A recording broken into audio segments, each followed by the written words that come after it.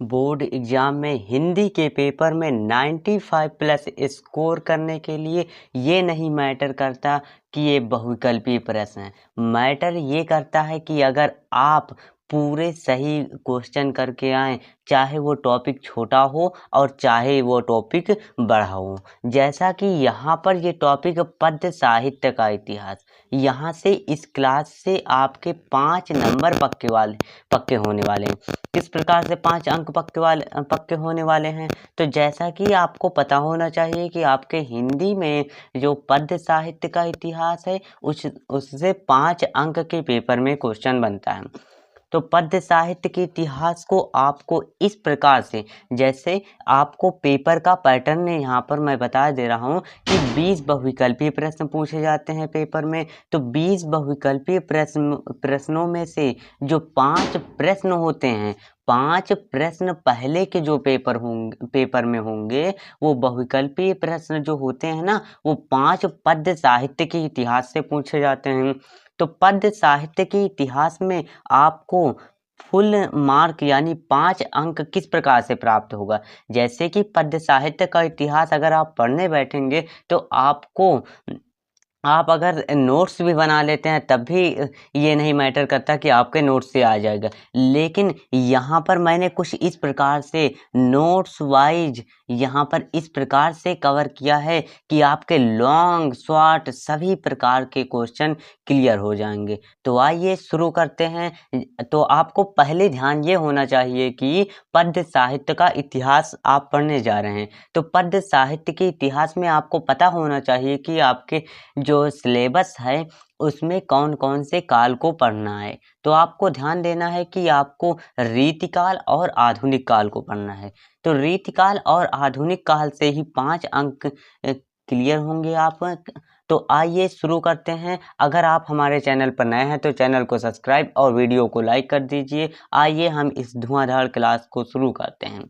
तो यहाँ पर रीतिकाल से कहाँ से कितने नंबर के प्रश्न बनते हैं, तो रीतिकाल से 2 या 3 नंबर के प्रश्न बनेंगे। और आधुनिक काल से मतलब रीतिकाल और आधुनिक काल पढ़ने के पश्चात आपके 5 अंक पक्के हो जाएंगे। तो आइए शुरू करते हैं।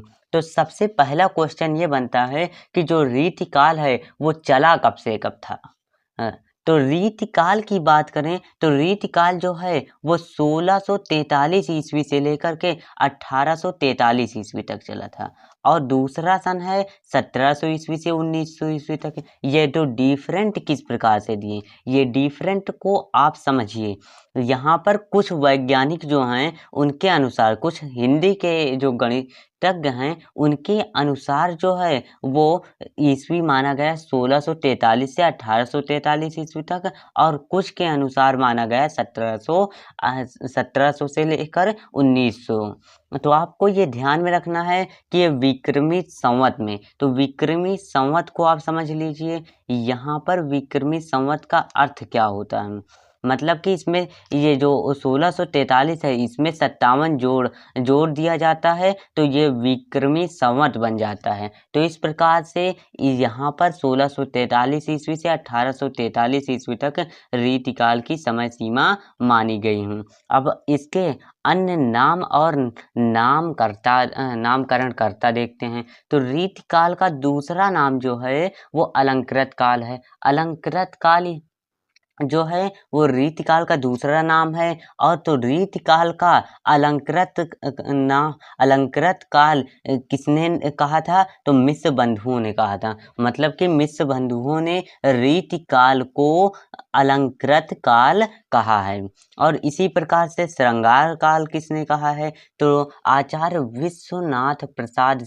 मिश्र ने श्रृंगार काल कहा है। और रीतिकाल को कला काल जो है वो डॉक्टर राम कुमार वर्मा व डॉक्टर रमाशंकर शुक्ल रसाल जी ने कहा था। और रीति श्रृंगार काल जो है वो डॉक्टर भगीरथ मिश्र ने कहा था। तो अच्छा, यहाँ से सबसे इम्पोर्टेंट क्वेश्चन ये है, तो रीतिकाल को रीतिकाल किसने नाम दिया था, तो वो नाम दिया था आचार्य रामचंद्र शुक्ल ने। अब अगली स्लाइड में हम बात करते हैं रीतिकाल की धाराओं की। तो रीतिकाल की मुख्यतः 3 धाराएँ होती हैं। धाराएँ का मतलब हुआ एक प्रकार से प्रकार, मतलब रीतिकाल जो है वो 3 भागों में इनको बाँटा गया है। पहला जो है रीति मुक्त। रीति मुक्त इसका मतलब क्या हुआ? रीति मुक्त और दूसरा जो है वो रीति सिद्ध। रीति सिद्ध जो है और तीसरा जो है रीतिबद्ध। तो रीति सिद्ध और रीतिबद्ध जो हैं वो किस प्रकार से डिवाइड किए गए हैं। तो इस धारा के कवि रीति के बंधन से मुक्त हैं, अर्थात इन्होंने काव्यांग निरूपण इन ग्रंथों की रचना न करके हृदय की स्वतंत्र वृत्तियों के आधार पर काव्य रचना की है। इन कवियों में प्रमुख हैं। मतलब यहाँ पर सबसे इम्पोर्टेंट क्वेश्चन यहीं से बनता है। सबसे इम्पोर्टेंट क्वेश्चन कहाँ से बनता है? यहीं से बनेगा। किस प्रकार से क्वेश्चन बनेगा? क्वेश्चन यहाँ पर इस प्रकार से बनता है कि जो घनानंद हैं, यहाँ से 1 नंबर का ज़रूर प्रश्न बनेगा और यहाँ से 1 नंबर और गद्य से भी पूछा जाता है। तो घनानंद जो हैं वो यहाँ से क्वेश्चन ये पूछा जाएगा कि रीति मुक्त काव्यधारा या रीति सिद्ध काव्यधारा के कवि हैं घनानंद। तो घनानंद जो हैं वो आपको ध्यान में रखना है कि रीति मुक्त काव्यधारा के कवि हैं। और इसी प्रकार से बोधा एक कवि हैं जो कि रीति मुक्त काव्यधारा के हैं और आलम ठाकुर द्विजदेव ये सभी रीति मुक्त काव्यधारा के प्रमुख कवि हैं। और यहाँ पर इनकी रचनाएं दी गई, तो आपको रचनाएं को भी पढ़ लेना है एक बार। अब अगले स्लाइड में हम बात करते हैं रीति सिद्ध। रीति सिद्ध इस वर्ग में वे कवि आते हैं जिन्होंने रीति ग्रंथ नहीं लिखे किंतु रीति की भली भांति जानकारी रखते थे। मतलब जानकारी रखते थे और इन्होंने लिखे नहीं। इनकी अपनी रीति विषयक जानकारी का प्रयोग अपने ग्रंथों में पूरा किया है। इस धारा के प्रतिनिधि कवि, यहाँ पर सबसे इम्पोर्टेंट क्वेश्चन ये है कि रीति सिद्ध काव्यधारा जो है इसके एकमात्र कवि बिहारी हैं। और रीतिबद्ध को आपको ध्यान में रखना है।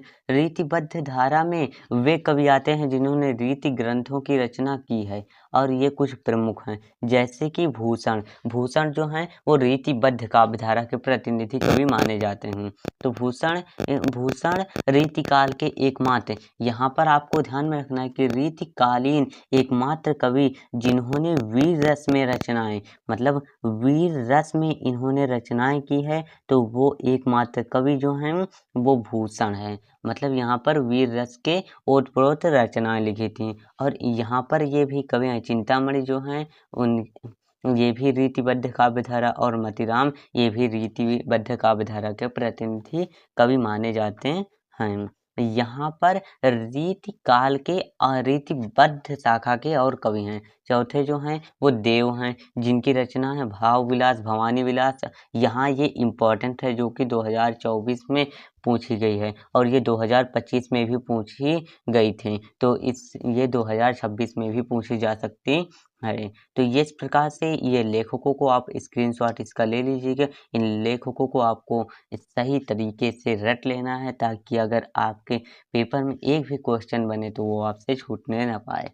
तो रीतिकाल के प्रमुख प्रवृत्तियां या विशेषताएं ये क्या होती हैं? मतलब रीतिकाल में जो प्रवृत्तियां विशेषताएं रीतिकाल की कौन सी विशेषताएं हैं? तो पहली विशेषता जो है वो श्रृंगारिकता। यहाँ पर बहुत सारी लिखी गई हैं लेकिन हम आपको इम्पोर्टेंट वाली बता देते हैं जिसको आपको ध्यान में रखना है। तो श्रृंगारिकता जो है वो इम्पोर्टेंट है। और रीति या लक्षण ग्रंथों का निर्माण, नारी सौंदर्य का चित्रण, आश्रयदाताओं की प्रशंसा, उद्दीपन के रूप में प्रकृति का चित्रण, भक्ति और नीति, ये आपके चैप्टर पद में है।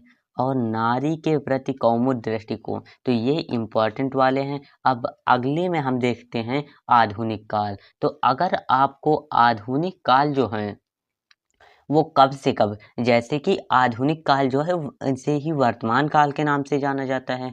तो आधुनिक काल को कितने भागों में डिवाइड किया गया है? तो आधुनिक काल को कुल 5 भागों में बांटा गया है। 5 भाग आधुनिक काल के कौन कौन से हैं? पहला जो दिया गया है वो भारतेंदु युग। मतलब भारतेंदु युग जो है वो आधुनिक काल के अंतर्गत बहुत काल आते हैं, जैसे युग आते हैं। मतलब कि यहाँ पर आपको ध्यान में रखना कि आधुनिक काल जो है उसकी कोई समय सीमा नहीं है। आधुनिक काल के अंतर्गत 5 काल आते हैं। पहला जो है वो भारतेंदु युग है, जिसे पुनर्जागरण काल के नाम से जाना जाता है। तो भारतेंदु युग जो है वो पुनर्जागरण, इसकी समय अवधि जो है वो 1868 ईस्वी से लेकर के 1900 ईस्वी तक। ये 2024 में 801 के एचडी में पूछा गया था। अन्य विद्वानों के अनुसार समय सीमा जो है वो भारतेंदु युग की यहाँ पर समय सीमा की बात की जा रही है। तो समय सीमा जो है वो 1850 ईस्वी से लेकर के 1900 ईस्वी तक मानी गई है, और दूसरी जो है वो 1857 ईस्वी से 1900 ईस्वी तक मानी गई है। यहाँ पर ध्यान में रखना है कि अगर आपसे क्वेश्चन पूछा जाएगा तो या तो 1850 से लेकर के 1900 होगा, या 1857 से लेकर 19 तक होगा, 1868 ईस्वी से 1900 ईस्वी तक है। ये तीनों पेपर में नहीं दिए जा सकते, मतलब इनमें से कोई एक ऑप्शन होगा। और द्विवेदी युग की बात करें तो द्विवेदी युग का दूसरा नाम जो है वो जागरण सुधार काल है, जिसकी समय अवधि 1900 ईस्वी से लेकर के 1920 ईस्वी तक, इसकी एक समय सीमा है। और छायावाद युग, यहाँ पर छायावाद युग जो है वो आपको गद्य में भी देखने को मिलेगा। छायावाद युग की समय सीमा 1919 से लेकर के 1938 ईस्वी तक मानी जाती है। और प्रगतिवादी युग या छायावादोत्तर युग की समय सीमा 1938 ईस्वी से 1943 ईस्वी तक। प्रयोगवादी युग जो है इसकी समय सीमा 1943 से लेकर के 1951 ईस्वी। तो इस प्रकार से आधुनिक काल जो है वो आपको समझ में आ गए होंगे। आधुनिक काल और रीतिकाल दोनों ही इम्पॉर्टेंट हैं। किस प्रकार से, यहाँ से अगर आपने इस क्लास को इंड तक देख लिया होगा तो आपको समझ में लग गया होगा कि किस प्रकार से यहाँ हर एक स्लाइड वाइज आप इसका स्क्रीनशॉट ले लीजिएगा या फिर दोबारा देख लीजिए। एक बार अगर एग्ज़ाम में जाने से पहले अगर आप इसे देख लेते हैं तो आपको ये 100% रिवाइज हो जाएगा और आपके 5 अंक यहाँ से पक्के हो जाएंगे। तो आई होप आपको यह क्लास शानदार लगी होगी। अगर शानदार लगी होगी तो आप इस वीडियो को लाइक और इस चैनल को सब्सक्राइब और अपने मित्रों तक शेयर कर दीजिएगा, ताकि यहाँ पर आपके हिंदी के बहुविकल्पीय हम कराएं। तो अगले ही सेशन आने वाले सेशन के अंतर्गत गद्य के और पद्य साहित्य के बहुविकल्पीय प्रश्न कराएंगे, जिस प्रकार से आपके बोर्ड पेपर में पूछे जाते हैं। तो एंड करते हैं यहीं पर इस सेशन को। जय हिंद, जय भारत।